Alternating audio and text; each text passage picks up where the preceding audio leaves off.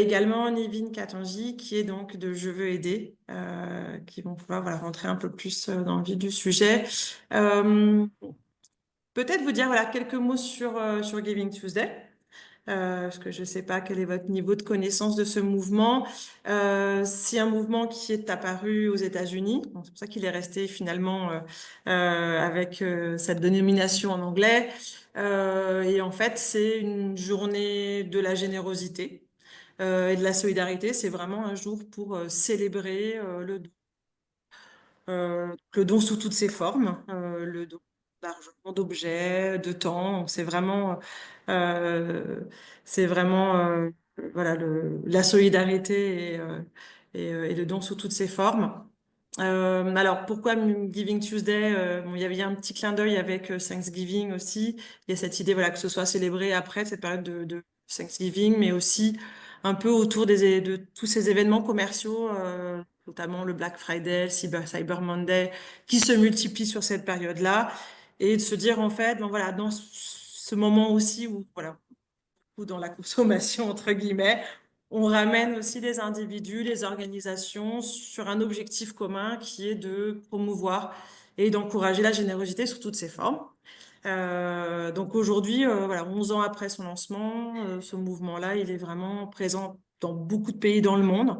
Et donc, il change de nom. Au Québec, ça s'appelle Mardi Je Donne, évidemment, après dans toutes les langues qui peuvent exister. En France, il a été donc développé à partir de 2018, donc un petit peu après, avec deux global leaders qui sont donc Yael Feria, qui est donc la directrice de l'association française des fundraisers, et Fred Fournier, qui a une agence de communication, et donc avec vraiment cette idée, voilà, de mobiliser toutes les parties prenantes, mobiliser les individus, les organisations pour célébrer justement cette journée du don.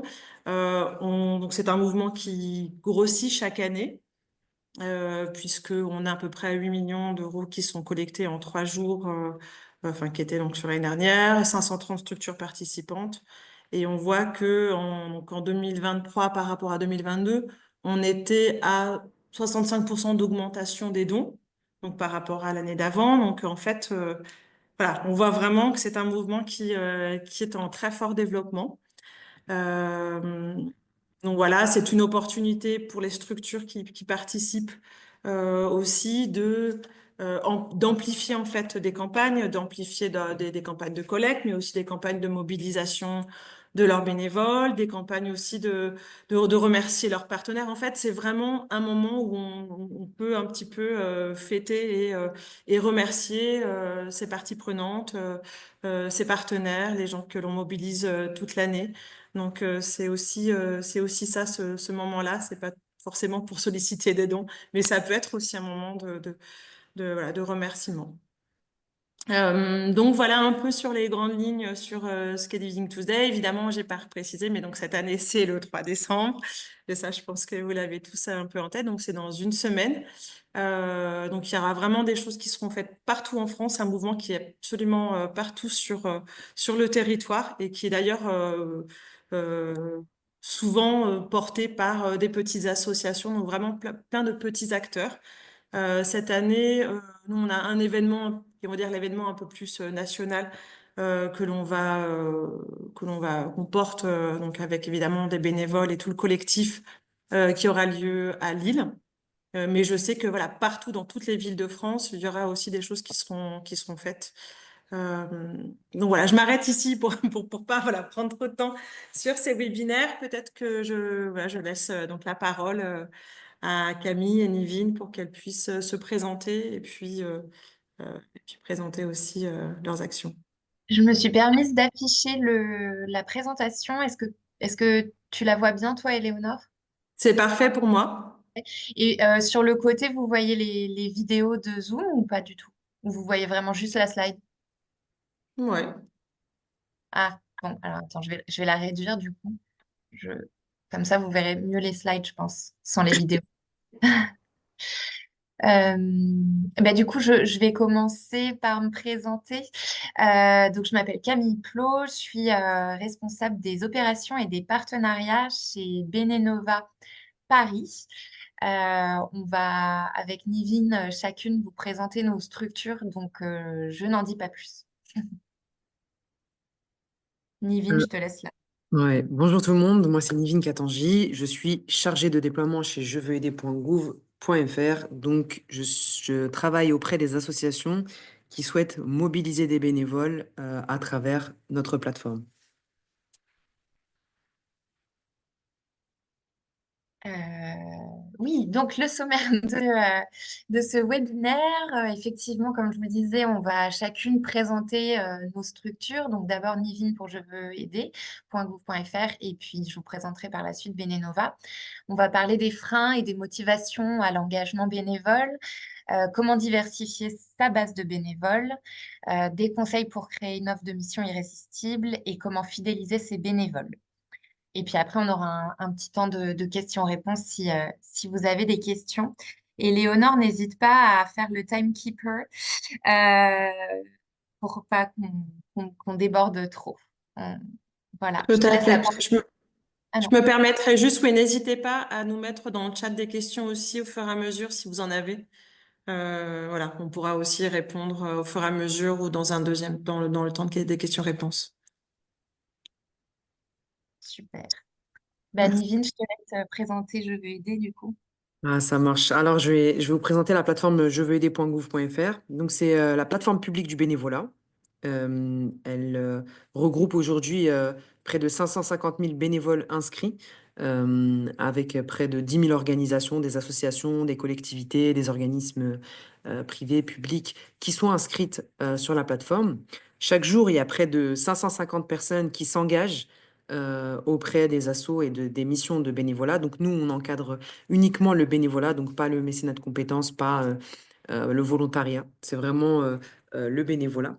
Et je veux aider.gouv.fr donc, est né après les attentats de 2015, suite à un texte de loi qui s'appelle Pour que vive la fraternité, qui proposait de créer une réserve citoyenne qui pourrait être mobilisée en cas de crise. Donc, cette réserve citoyenne, c'est incarné en jeveuxaider.gouv.fr et on était censé être une plateforme qui déployait des bénévoles lors des crises. Donc, on a connu malheureusement la crise Covid en 2020 où la plateforme s'est fortement accélérée. On a eu énormément, des centaines de milliers de personnes qui ont rejoint la plateforme. Et aujourd'hui, on n'est plus simplement une plateforme qui adressons les crises, mais qui adressons également le bénévolat récurrent, le bénévolat ponctuel aussi, le bénévolat à distance ou en présentiel. Donc, on se veut vraiment être là sur la durée. Voilà un petit peu pour une présentation assez exhaustive de la plateforme. Et ben, du coup, je vais enchaîner. Donc moi, je travaille pour l'association Benenova Paris, donc pour l'antenne parisienne de Benenova, qui compte plusieurs antennes en France, dont une à Marseille, à Rennes, à Lille et à Nantes. Voilà, donc moi je suis salariée de l'association Benenova Paris. L'association Benenova, elle a pour projet de faciliter l'engagement citoyen du plus grand nombre. L'engagement citoyen, il revêt différentes formes. Une de ces formes étant le bénévolat. Euh, donc, on a été créé en 2013. Aujourd'hui, on a une base de bénévoles d'environ 20 000 personnes à travers la France. Euh, notre action, elle repose sur trois piliers et elle s'adresse tant aux personnes qui ont envie d'agir bénévolement, donc aux particuliers, que aux associations qui en sont en recherche de bénévoles. Parce qu'effectivement, à l'époque, on avait fait le constat qu'il y avait beaucoup de personnes qui souhaitaient s'engager, mais qui étaient face à divers freins dont on reparlera après, et qu'il y avait aussi de l'autre côté beaucoup d'associations qui étaient en recherche perpétuelle de bénévoles. Donc, comme je vous le disais, notre association et notre projet s'appuie sur trois piliers. Le premier pilier qu'on appelle le calendrier. Donc là, c'est un calendrier qui est présent sur notre site internet et qui présente et propose aux bénévoles tous les jours des missions de bénévolat qui sont réalisées chez nos associations partenaires. Aujourd'hui, on a environ une cinquantaine d'associations partenaires, de la grosse association nationale, comme par exemple les Restos du Cœur ou l'Armée du Salut, à des plus petites associations de quartier. Euh, et donc, on relaie pour ces associations qui sont nos partenaires des missions de bénévolat qui répondent à quelques critères. Ce sont donc des missions qui sont courtes, qui durent de 2 heures à 5 heures grand maximum. Ce sont des missions qui sont collectives, puisque chaque bénévole inscrit à cette mission va agir au sein d'un groupe de bénévoles ou de salariés de l'association. Ce sont des missions également qui ne demandent aucune compétence spécifique. Voilà, donc des actions très terrain que tout le monde, que donc le plus grand nombre peut réaliser. Euh, et ce sont des missions également qui sont récurrentes, mais qui peuvent être réalisées de façon ponctuelle. Donc des missions qui ont lieu tous les jours ou toutes les semaines ou tous les mois, mais pour lesquelles la participation d'un bénévole peut se faire une fois, une seule et unique fois. Même si on espère que les bénévoles reviendront, bien sûr. Donc ça, c'est le premier pilier de notre association. On a un deuxième pilier qui est le bénévolat inclusif, parce qu'on s'est rendu compte que malgré nos velléités d'ouvrir le bénévolat, l'accès au bénévolat au plus grand nombre, eh bien, il y avait encore des publics qui en restaient éloignés, et ce pour diverses raisons. Donc on a identifié plusieurs types de publics et étant une petite équipe, mais qui fait des grandes choses, on a développé 2 cibles et 2 programmes de bénévolat inclusif, donc à destination d'un côté des personnes en situation de précarité et de parcours de migration, qu'on accompagne donc de façon très spécifique, j'en reparlerai un petit peu plus tard, et à destination des personnes en situation de handicap psychique ou mental.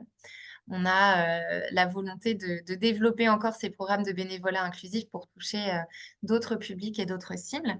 Et enfin, le troisième pilier de notre action, c'est l'engagement des collaborateurs. On a été très sollicité par les entreprises pour qui souhaitent que leurs collaborateurs s'engagent sur leur temps de travail dans des missions de bénévolat.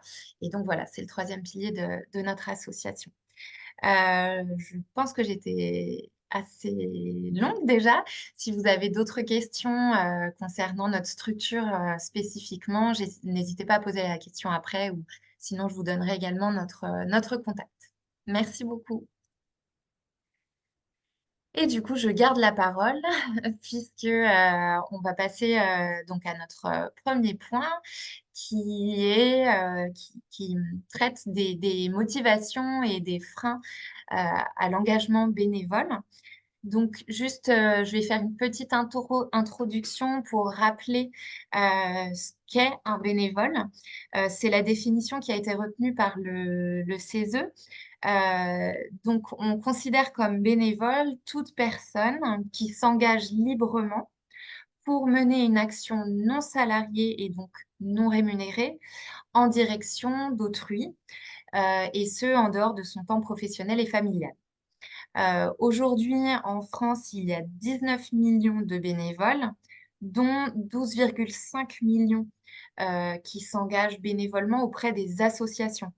Euh, les, les 7 millions et quelques restants sont des bénévoles qui s'engagent plutôt auprès d'une école ou de leur mairie, d'une organisation religieuse ou encore auprès de leurs proches. Euh, on remarque une baisse générale du taux d'engagement des bénévoles dans les associations. On est passé de 24% en 2019 à 20% en 2022. Donc voilà, il y a une baisse générale du taux d'engagement des bénévoles dans les associations. Et un autre point, après j'en ai terminé avec les chiffres, mais qui est intéressant, les catégories d'âge les plus engagées, ce sont les 15-34 ans, et c'est un chiffre qui est en progression, et également les plus de 65 ans, où là, l'engagement de ces personnes-là est en régression. Euh, voilà. J'en ai fini avec les chiffres. Je vais passer du coup aux motivations des personnes et des citoyens à s'engager et à entrer dans une action bénévole. La première motivation, c'est effectivement le fait d'être utile à la société et d'agir pour les autres. Il y a aussi la question de l'épanouissement personnel dans une activité bénévole. Les personnes également s'engagent pour une cause spécifique et donc la cause défendue est aussi un moteur très important pour l'engagement bénévole.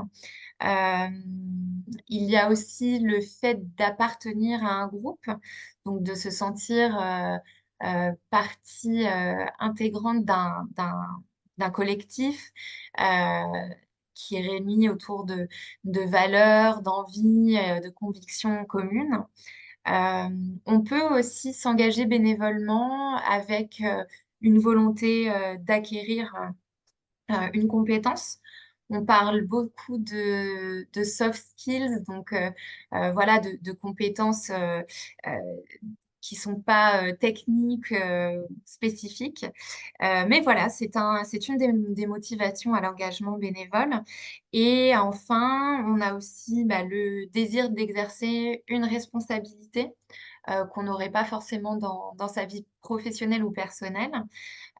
Donc, ça peut être un des leviers de motivation pour les citoyens qui souhaitent s'engager. Et enfin, on a certaines personnes qui voient à travers leur engagement bénévole une façon d'avoir une reconnaissance sociale. Voilà pour les motivations. Pour les freins à l'engagement, l'argument qui est souvent opposé, c'est en effet le manque de temps. Euh, voilà, c'est un frein qu'on a justement chez Benenova essayé de lever dans un premier temps en faisant en sorte que l'inscription à une mission soit vraiment très rapide et que les missions en elles-mêmes euh, soient comprises dans un temps assez réduit, hein. Comme je vous disais tout à l'heure, les missions durent entre 2 à 5 heures. Euh, Ça peut aussi être des personnes qui disent que finalement l'occasion s'est jamais proposée. Beaucoup de personnes, enfin, il y a beaucoup de personnes qui se retrouvent dans un environnement professionnel ou familial où il n'y a pas de personnes engagées auprès d'eux. Donc, personne qui va pouvoir parler de l'engagement et tirer la personne vers une association spécifique. Donc, c'est vrai que quand on a personne autour de soi qui s'engage et on connaît peu le tissu associatif qui nous entoure, ça peut être une difficulté parce que les personnes ont aussi tendance à, à, à s'adresser à des grosses associations qui sont très connues. Et ces grosses associations, elles ne répondent pas forcément très rapidement. Enfin voilà, il y a tout un processus avant d'arriver à l'engagement, à l'action sur le terrain qui peuvent constituer des freins, des ralentissements à l'engagement. Euh, il y a aussi des personnes qui disent vouloir se consacrer un petit peu plus à elles-mêmes en dehors de leur temps de travail et ou à leur propre cercle relationnel.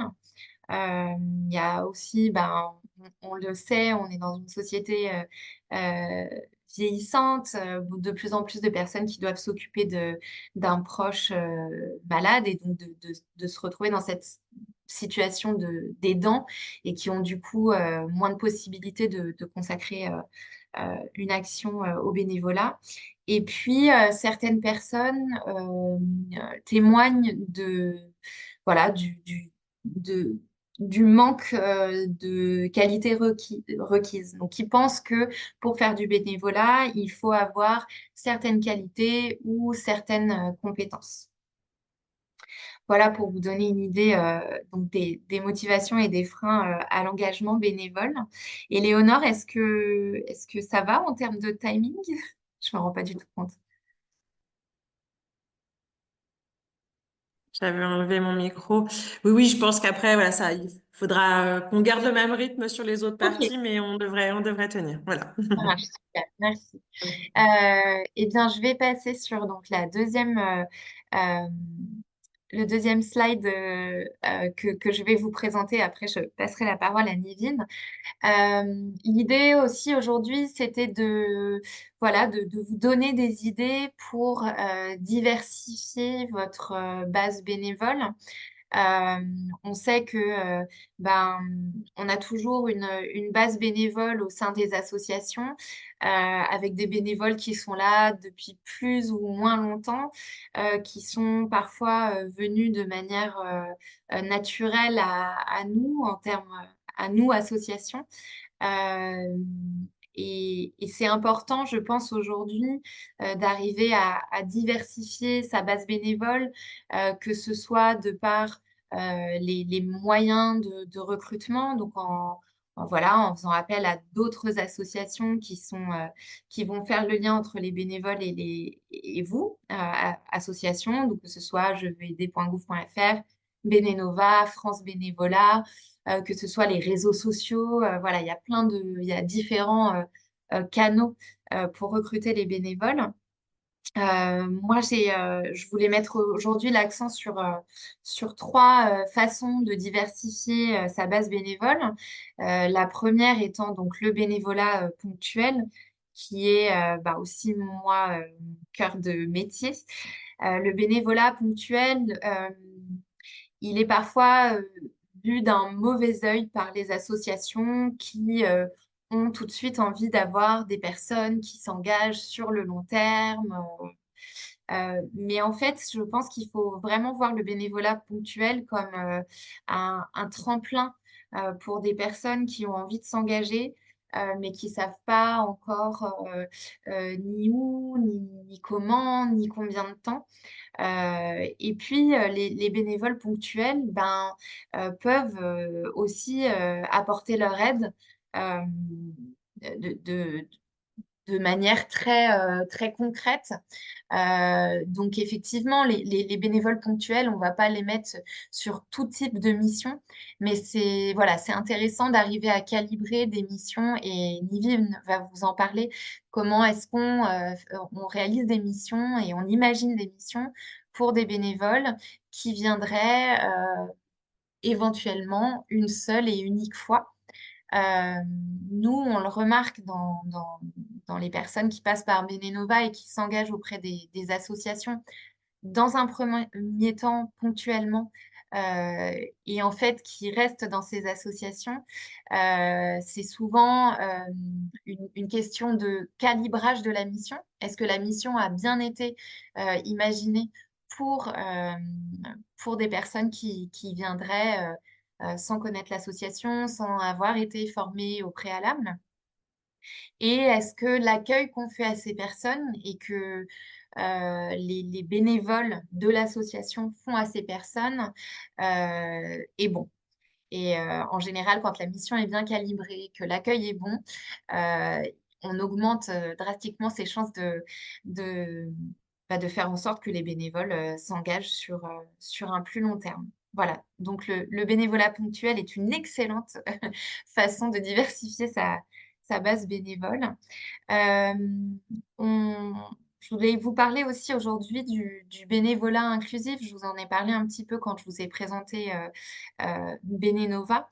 Euh, Nous, on croit fermement que, en fait, ouvrir le champ des possibles dans les types de bénévoles qu'on va recevoir, c'est très important et euh, c'est un très bon axe pour recruter de nouveaux bénévoles. Euh, L'argument qu'on nous oppose le plus souvent, c'est un argument de temps. Oui, ça va nous prendre beaucoup de temps. Ce sont des personnes qui ont des besoins spécifiques. Voilà. Effectivement, ça peut prendre du temps. Mais le temps qu'on va prendre à imaginer comment accueillir ces personnes, j'en ai la certitude et j'en ai des exemples au sein de nos associations partenaires. C'est c'est un temps qui sera gagné par la suite parce qu'on aura renforcé notre base bénévole, qu'on aura plus de bénévoles qu'avant. Et puis, bah, on peut aussi faire appel à des acteurs intermédiaires comme Benenova pour que ce temps-là soit moins important. Le bénévolat inclusif, donc comme je vous le disais, bah, c'est comment faire pour faire venir au bénévolat des personnes qui en sont de fait éloignées.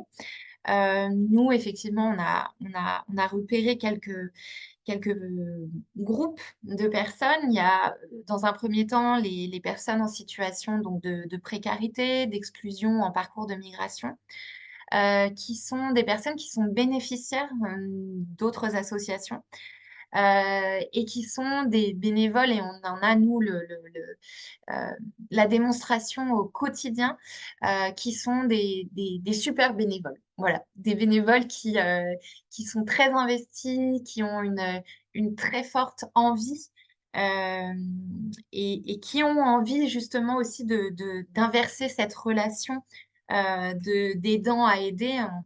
On en parle beaucoup d'inverser la relation aidant-aidé.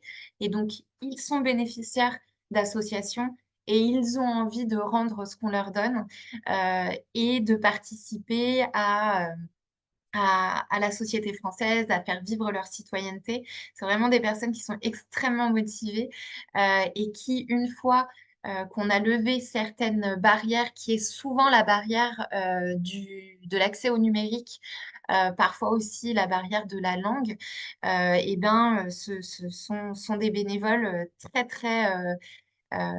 très précieux pour les associations. On a aussi des personnes qui sont en situation de handicap, que ce soit un handicap mental, psychique ou moteur. On a souvent une présomption d'incompétence pour ce public-là. On présume par nature que les personnes porteuses de handicap, et notamment de handicap psychico-mental, n'ont pas la compétence pour réaliser des missions de bénévolat ou en ont l'incapacité physique. Euh, eh bien, c'est faux. Ces personnes-là, à condition qu'elles soient bien accompagnées et que la mission soit adaptée à leur handicap, ont on va, si je peux me permettre, ont une force de travail qui peut être tout à fait égale ou supérieure à celle de bénévoles qui ne porteraient pas de handicap. Et puis, intégrer ces bénévoles au sein de vos associations, c'est aussi contribuer au changement de regard et c'est aussi permettre aux bénévoles et aux bénéficiaires de vos associations euh, de rencontrer ces personnes-là qui sont quand même très invisibilisées aujourd'hui dans notre société. Et donc, c'est faire partie de ce mouvement-là. Euh, on a aussi identifié une autre cible qui est, je vais essayer de faire plus court, qui sont les jeunes mineurs, les jeunes enfants, les jeunes qui sont ni en emploi ni en formation. Ces jeunes-là ont vraiment envie de s'engager bénévolement et souvent les associations sont très frileuses euh, à donner l'accès à leur mission à des jeunes mineurs, à des enfants. Mais en fait, ces jeunes-là, ce sont les adultes de demain. Et si on a envie que les adultes de demain s'engagent, eh bien, il faut essayer de faire en sorte que ce soit dès le plus jeune âge. Voilà, j'en ai fini avec le bénévolat inclusif et je vais être assez rapide sur le bénévolat d'entreprise et ensuite passer la parole à Nivine. Comme je vous le disais, nous, on est très sollicités par des entreprises qui souhaitent de plus en plus et qui en ont un peu l'obligation aussi, de par les rapports RSE qu'elles doivent fournir, de faire en sorte que leurs salariés puissent, sur leur temps de travail, effectuer des missions de bénévolat. Euh, et voilà, c'est une source supplémentaire de diversification de sa base bénévole. Et puis, bah, ces personnes, ces salariés, ces collaborateurs qui vont avoir une première expérience de bénévolat dans le cadre effectivement de leur travail, eh bien, ça peut aussi être bah, des bénévoles qui vont venir s'engager sur leur temps personnel à la suite. Voilà, j'espère bah, que j'ai été claire et exhaustive et que je ne vous ai pas trop perdu sur ces deux premiers points. Et du coup, n'hésitez pas si vous avez des questions auxquelles je pourrais répondre euh, dans la partie sur les questions-réponses. Je passe la parole à Nivine. Merci beaucoup. Euh, donc, est-ce que tu peux mettre les slides? Oui, tout à fait. Merci beaucoup, c'est super cool. Euh, hop. Alors, je sais pas pourquoi elles se sont retrouvées dans le mauvais sens. Est-ce que c'est parce que tu voulais commencer par ça? Oui, on va commencer par ça. On va commencer Ah, par ça. d'accord. Ok. Très bien. Donc, allons-y. Alors, je vais vous donner quelques conseils pour créer une offre de mission qui est irrésistible. Donc, comme on vous a spoilé, une image vaut 1000 mots.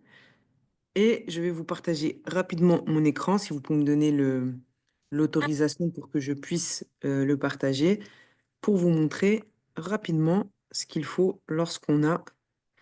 Merci beaucoup. Hop. Tac. Et, et voilà. J'ai arrêté de partager mon écran aussi. Allez, parfait. Ouais. Est-ce que vous voyez mon écran? Oui. Superbe. Alors, voici une mission de bénévolat qui est sur jeveuxaider.gouv.fr. Ça, c'est ce qu'on appelle une bonne mission de bénévolat parce qu'elle est bien renseignée. Donc, il faut savoir que pour avoir une mission de bénévolat qui donne envie, il va falloir engager le bénévole et lui montrer qu'il va être dans une action qui va être vraiment proactive, donc à son initiative. Donc, dès le début, dès le titre, on va parler en je plus verbe plus complément. Donc, je deviens mentor d'un jeune près de chez moi. Nous, on a remarqué que ça avait beaucoup d'impact sur le fait que les personnes s'engageaient plus facilement car elles se sentaient impliquées dès lors qu'elles découvraient la mission. Ensuite, grâce à un formulaire qui est assez facile, hein, qui est assez facile à remplir, on va renseigner les publics aidés, les activités qui sont au sein de notre association, ainsi que, ainsi que le lieu de la mission. Donc, est-ce que cette mission a lieu sur le terrain ou est-ce qu'elle a lieu en distanciel? On va ici à droite, dans le cadre à droite, renseigner le nombre de bénévoles, la récurrence, donc la fréquence d'engagement et effectivement la durée de la mission. C'est très facile en fait pour un bénévole de s'engager. Comme vous pouvez le constater, si je clique sur Je propose mon aide, hop, on va vous demander un petit prérequis de dire voilà, je suis bien en mesure de me déplacer pour cette mission. Hop, je vais confirmer et vous allez avoir accès, enfin le bénévole, pardon, va avoir accès à ce petit formulaire qu'il pourra tout simplement envoyer avec un message pré-rempli. Donc là, je ne vais pas l'envoyer parce que sinon, ils vont recevoir ils vont recevoir la demande. Ensuite, pour la présentation de la mission. Donc, ce qui est très important, c'est de mettre le contexte de la mission. Quelle est la mission? Dans quoi le bénévole va s'engager? Dans quoi le bénévole va s'embarquer? Quelles sont exactement les missions de bénévolat auxquelles il va participer? Je vous donne un exemple que je vois vraiment de manière assez récurrente au sein des associations lorsqu'elles postent des missions. Lorsqu'on poste une mission, ce qui est très important, c'est d'être vraiment concis et précis. Euh, Imaginons que vous cherchiez quelqu'un pour la communication de l'association. Ben, ça ne va pas suffire pour le bénévole parce que la communication, ça peut être le site internet, la communication, ça peut être la photographie, la communication, ça peut être les réseaux sociaux. Et dans les réseaux sociaux, vous pouvez avoir les formats courts, les formats longs. Donc, c'est vrai que ça va être important pour vous de mettre une mission de bénévolat qui va correspondre à votre besoin. Si vous cherchez un webmaster, c'est pas la même chose que si vous cherchez un community manager. Et pourtant, les deux participent à la communication de l'association. Donc, n'hésitez pas à faire une fiche mission égale, entre guillemets, un poste. D'accord?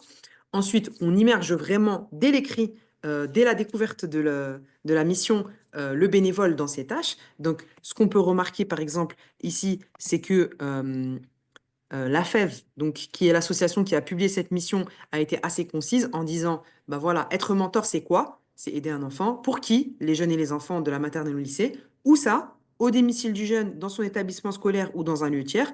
Et quand? 2 heures par semaine. Donc là, je sais tout de suite en tant que bénévole où est-ce que je vais aller, pour qui, quand est-ce que je vais m'engager et pourquoi. D'accord? Donc, c'est vraiment important de pouvoir être le plus concis possible. Et ensuite, vous pourrez découvrir la FEV grâce à une petite page que nous, on génère grâce au formulaire. Donc ça, hop, j'arrête le partage.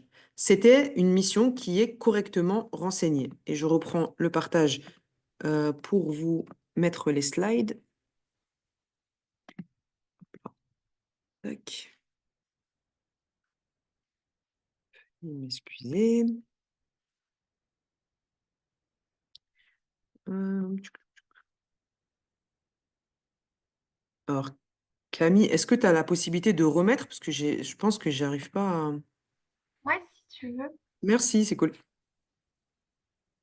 Dis-moi juste quand tu veux que je passe à la suivante, ok? Ça marche, pas de souci. On peut passer à la suivante, du coup. Donc, il y a 4 actions indispensables qui font que la rédaction de votre mission va être réussie. D'accord? C'est déjà, proposer des missions flexibles en termes de tâches, de durée, de mobilisation. Donc, vous pouvez par exemple proposer des missions récurrentes, mais peut-être proposer une petite mission ponctuelle pour faire en sorte d'attirer les primo-bénévoles ou les bénévoles qui ont peur de s'engager ou celles et ceux qui vont hésiter. Ah, mais est-ce que je suis prête à donner un an la prochaine année, à raison de 2 heures par semaine, tous les samedis, dans cette association, ou est-ce que j'ai déjà envie de découvrir ce qu'il en est au bout de 2 heures? Donc ça va être vraiment important que vous puissiez apporter de la flexibilité aux bénévoles pour qu'ils puissent ne pas se sentir engagés trop vite. Ensuite, n'hésitez pas à identifier et exposer vos besoins et les compétences qui sont recherchées en détail, comme on l'a vu précédemment. Ensuite, rédigez une annonce qui donne envie de s'engager dans votre asso. Donc, utilisez des mots qui montrent que c'est convivial chez vous. Si c'est pas convivial chez vous, montrez que bah, quand même la personne sera bien accueillie. N'hésitez pas aussi à, à mettre des témoignages d'autres personnes qui sont passées dans votre association. N'hésitez pas à utiliser des mots qui résonnent auprès de votre cible de bénévoles. Donc ça, c'est vraiment extrêmement important.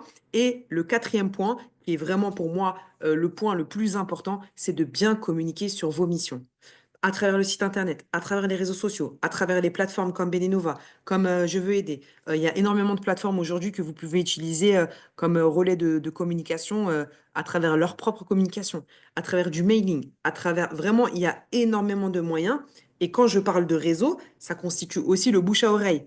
D'accord? Le bénévole, il a forcément soit des amis, soit de la famille, soit une personne au travail qui pourrait venir s'engager. C'est très important en tout cas de bien communiquer et de demander à vos bénévoles actuels de bien communiquer auprès de leur entourage. On peut passer à la suite.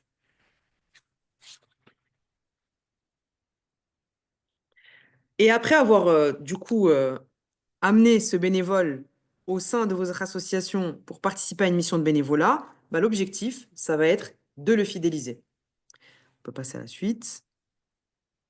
Donc, comment on fidélise les bénévoles?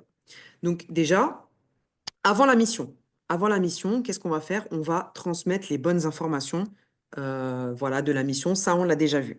On va bien identifier les motivations du bénévole. Il faut savoir que vous avez des attentes envers le bénévole, mais le bénévole va avoir des attentes envers vous également. Le bénévole, pourquoi il s'engage? Qu'est-ce qui fait qu'il a choisi votre association et pas une autre? Pourquoi cette mission et pas une autre?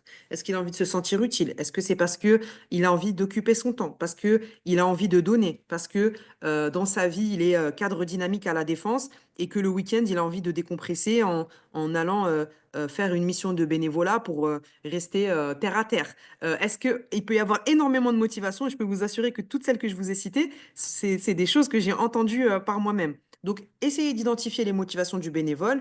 Ça consiste à quoi? À passer un petit coup de fil. Ah ouais, pourquoi vous vous êtes intéressé à nous? Quel a été l'objet justement de l'envie de vous engager auprès de nous, etc. Et, point très important, informez vos membres de son arrivée. Il n'y a rien de mieux pour un nouveau bénévole que de sentir qu'il est attendu. Donc, n'hésitez vraiment pas à prévenir voilà, votre trésorier, votre secrétaire, les bénévoles qui sont là, les membres du bureau, à dire, voilà, on va recevoir Chloé lundi, donc n'hésitez pas à... Enfin, je vous avoue que quand vous arrivez auprès de plein de personnes que vous ne connaissez pas, le fait même qu'ils connaissent votre prénom, ça rassure un peu. On peut passer à la deuxième slide. Donc ça, c'est pendant la mission. Donc pendant la mission, on va évidemment souhaiter la bienvenue et se présenter et présenter le bénévole aux autres membres. Voilà, le remercier, ça c'est des choses, ça paraît être du bon sens, mais on connaît, moi-même étant secrétaire d'une association de basket, on sait que des fois dans le jus de l'association et de la vie associative, parfois on oublie ces règles d'usage. Embarquer le bénévole. Embarquer le bénévole, ça veut dire quoi? Ça veut dire que pendant la mission, OK, écoute Chloé, j'aurais besoin que tu fasses ça. Est-ce que ça te tente de venir avec moi ici? OK, on doit aller installer telle chose. Donc c'est vraiment ne pas laisser le bénévole à l'écart en se disant, ah bah c'est son premier jour, mais vraiment essayer de l'embarquer dans un maximum de choses et lui attribuer un ou une référente. Euh, donc, c'est pas. En fait, lorsque j'aborde ce point en général, les assos me disent, ouais, mais en fait, on va le rendre dépendant de nous. Alors, non, au contraire, lui attribuer un référent, ça va permettre de l'autonomiser en un temps record. Pourquoi? Parce que si vous lui attribuez un référent qui a de l'expérience, la personne en immersion va apprendre beaucoup plus rapidement que à travers un PDF, un livret d'accueil ou n'importe quel autre document support sur lequel il va devoir appliquer la théorie en pratique. Si vous lui attribuez quelqu'un, déjà, ça connecte, il y a des liens qui se créent, et en plus, la personne apprend sur le terrain. Donc, ça, c'est vraiment un conseil qu'on donne beaucoup aux associations. Et ensuite, slide suivante, après la mission. Donc là, c'est vraiment dans l'action de fidélisation pure. Ça va être de remercier la bénévole, valoriser son engagement. Aujourd'hui, on valorise l'engagement à travers un merci, mais aussi à travers des attestations de bénévolat, à travers énormément de choses que vous pouvez mettre en place aussi, comme il y a des associations qui font de la gamification, donc qui vont attribuer par exemple des badges selon le nombre de missions, d'heures de bénévolat, etc., etc. Ça peut être une piste à explorer. Ensuite, c'est tout simplement proposer un autre rendez-vous. Ah bah Chloé, on était super content de t'avoir aujourd'hui. Ces 2 heures, elles étaient superbes. Franchement, on est très content. Est-ce que ça te dirait de participer à la réunion de mercredi parce qu'on va mettre en place notre année 2025? Et en fait, juste de proposer ce rendez-vous, ça change les choses plutôt que de dire juste au revoir Chloé, merci merci d'être venue et de pas réengager. Bah, on On rate s'en quelque va. chose. On rate quelque chose. Et dernier point, recontacter et informer. Donc, il y a énormément d'assauts que l'on rencontre qui n'osent pas recontacter les bénévoles qui sont venus une seule fois en se disant, ah, mais ça lui a pas plu, ah non, peut-être qu'il y a eu un problème, etc. Non. Il y a énormément de bénévoles en fait qui n'y pensent même pas parce qu'ils sont dans le cadre de la vie quotidienne, ils oublient ou bien ils vont même pas se rendre compte du temps passé. Aujourd'hui, le temps passe extrêmement vite. Entre une action et une autre, il peut se passer 3 mois et la personne aura l'impression que c'était la semaine dernière. Donc, n'hésitez vraiment pas à recontacter cette personne. Donc, que ce soit à travers des emails, à travers un petit coup de téléphone, ça fait toujours du bien de savoir ce qui se passe dans la vie associative et ça permet de réengager. Aujourd'hui, si vous avez une branche sport et que vous ouvrez une branche environnement, bah, pour un peu que la personne soit intéressée par le ramassage de déchets dans sa ville ou sur les plages ou peu importe, ça peut être vraiment une personne à réactiver et qui va s'engager auprès de vous. Donc, vraiment, ça, c'est quelque chose que je vous invite à faire. Aujourd'hui, il y a énormément d'outils qui vous permettent de le faire, qui vous permettent même de préparer des emails et ils vont s'envoyer tout seuls selon une certaine temporalité. Donc, voilà, n'hésitez pas à vous informer à ce sujet. Ensuite, la slide suivante. Si vous avez des questions, Camille, moi et Éléonore se tenons à votre disposition. Moi, voilà, je suis allée vraiment au cœur du sujet en étant assez rapide, mais je pense on a délivré beaucoup de valeur. Donc, n'hésitez pas à poser vos questions si vous en avez. Oui, merci beaucoup, hein. Je pense qu'on a été très bon. Enfin, vous avez été très bon en termes de timing. Donc, on a ce temps de questions-réponses, je pense qui est intéressant aussi. Ou si vous voulez peut-être juste partager un peu, vous, voilà, les problématiques que vous rencontrez, Enfin, je pense que c'est voilà, c'est un temps de questions-réponses, mais c'est aussi ça peut être voilà, juste un temps d'échange aussi qui est toujours intéressant, quoi. Ça permet aussi de voir un petit peu problématiques rencontrées par les uns et les autres.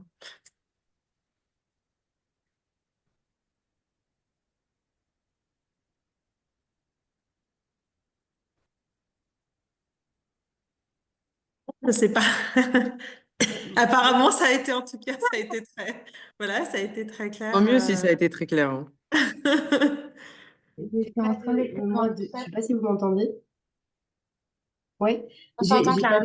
de questions particulières, mais je voulais juste réagir sur la partie notamment fidélisation et aussi source de satisfaction. J'ai l'impression que une des sources de satisfaction, c'est un principal, c'est aussi de rencontrer du monde et de créer des liens.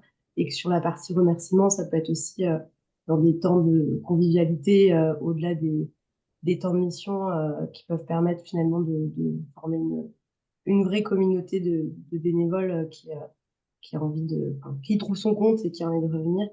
Et parfois aussi, lors des missions, le fait d'illustrer de manière concrète la manière dont les bénévoles ont pu aider l'association. Euh, Parce que sur un temps court, parfois c'est pas si facile de savoir concrètement comment ça peut aider les bénéficiaires. En tout cas, le verbaliser pendant le temps de remerciement, ça peut être aussi une bonne manière de faire prendre conscience aux personnes de ce à quoi ils ont pu participer.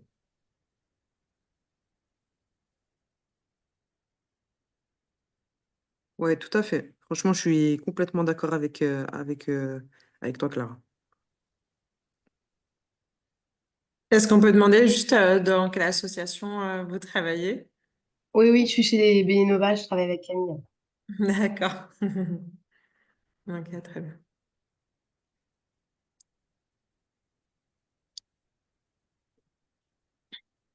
Il y a d'autres partages aussi, un peu d'expérience ou de questions que vous pourriez avoir. Moi, je me demandais si jamais les personnes pouvaient nous dire à quelle association elles appartiennent. Si, et puis peut-être qu'est-ce que vous y faites, si vous en êtes d'accord, bien sûr. On force personne. Moi, je travaille chez Bedenova et je suis office manager, donc bon, j'ai les mêmes Merci d'avoir quand problématiques même que pris la toi. parole. Que vous sentez. Non, Moi, je suis Nathalie, je travaille dans une association qui s'appelle De l'Or. C'est une toute petite association la mission, c'est de placer l'intelligence manuelle au cœur du système éducatif. Donc, en fait, on fait intervenir des artisans dans les collèges pour au niveau des cinquièmes. Et moi, je les ai rejoints, alors je suis en mécénat de compétences. Donc, je connais les mécénats de compétences et tout. Je suis détachée pendant 20 mois dans l'association. Et justement, le sujet, enfin ma mission, c'est le recrutement et l'animation des bénévoles. Donc voilà. Et j'ai vu, en fait, j'ai vu passer votre invitation là sur LinkedIn, donc j'ai dû la voir à 11 heures et hop, je me suis inscrite. Voilà, voilà. Et j'avais rencontré des personnes qui travaillent avec vous, Nivine, j'imagine que vous êtes très nombreux, au salon, au forum des associations, c'est pas le forum, mais c'est les associations et fondations qui a eu lieu il y a une dizaine de jours. Et merci, D'accord. c'est très clair. Merci Nathalie. Peut-être, donc voilà, pour reboucler un petit peu avec Giving Tuesday, puisque c'était un peu dans ce cadre-là aussi que s'organisait ce webinaire. Bon, comme je le disais un peu en introduction, c'est vrai que c'est une bonne occasion. Donc on peut voilà valoriser une campagne de recherche de bénévoles à cette occasion-là. Donc c'est une manière Mm. aussi voilà, de recruter des bénévoles, mais c'est aussi voilà une occasion aussi pour les remercier, pour faire vivre cette communauté. Enfin, je pense que on l'a assez dit, mais voilà, c'est important aussi d'avoir des moments, de le faire peut-être juste après. Je trouvais ça intéressant. J'aimais bien ce que disait Nivine, là, ce qu'on fait pas forcément toujours de, et hop, le prochain rendez-vous. Enfin, C'est vrai que ça, c'est vraiment bien de garder tout de suite le lien avec le bénévole, mais aussi d'avoir peut-être des temps comme ça où on se dit, bon, bah là, on les met à l'honneur et voilà, on valorise aussi voilà, leur engagement, on les remercie. Ok, merci beaucoup. J'ai vu qu'il allait se passer quelque chose avec la plateforme Je veux aider le 5 décembre, mais je ne sais pas quoi. Parce que c'était assez flou sur LinkedIn. La journée mondiale du bénévolat. Ça, je sais, oui. Mais du coup, je ne sais pas ce que va proposer Je veux aider. Il y a ton micro qui est coupé, Nivine. Ah, on n'entend pas Je Divine. Oui. n'entends pas Ah, Nidhi. pardon. On a un gros lancement de prévu qui concerne le projet qui s'appelle la fresque du bénévolat. Donc, en gros, D'accord. c'est un projet qui permet à des associations de pouvoir réunir des bénévoles qui s'intéressent au bénévolat, mais qui ont des petits blocages ou des freins au passage à l'action, à découvrir un peu comme la fresque du climat, je ne sais pas si vous connaissez, Oui, mais tout à c'est fait. des ateliers de 2 heures et demie où on va venir explorer à travers des petits jeux euh, la découverte du bénévolat. Donc c'est ça qu'on lance D'accord. et on le lance au national. Donc c'est surtout ça que on est en train de rendre un peu flou pour teaser un peu et pour créer un peu de suspense. Ok, super. Bon, bah, je me note d'être avec vous le 5 et puis de voir comment ça se passe. Avec grand Ok. plaisir. Eh bien, écoutez, si c'est OK pour vous, moi, j'ai tout dit et mon après-midi est bien chargé. Merci beaucoup en tout cas. Avec grand Merci. plaisir. Aline. Merci, Super Aline. Éléonore et la FF de nous avoir conviés à ce webinaire. C'était un Merci plaisir. à toutes et tous. Donc voilà, le webinaire est enregistré, donc il sera disponible, on va le mettre à disposition. Voilà, donc ceux qui voudront le revoir, qui n'ont pas pu participer cette fois-ci le pourront également. Donc bon, je trouve que ça fait un outil aussi intéressant que l'on peut Oui. partager avec d'autres associations. N'hésitez Tout à pas. fait. Mille merci. Merci. Au Et revoir. Merci Bon Participation. beaucoup. Bon après-midi. après-midi. Bon après-midi. Merci. Merci.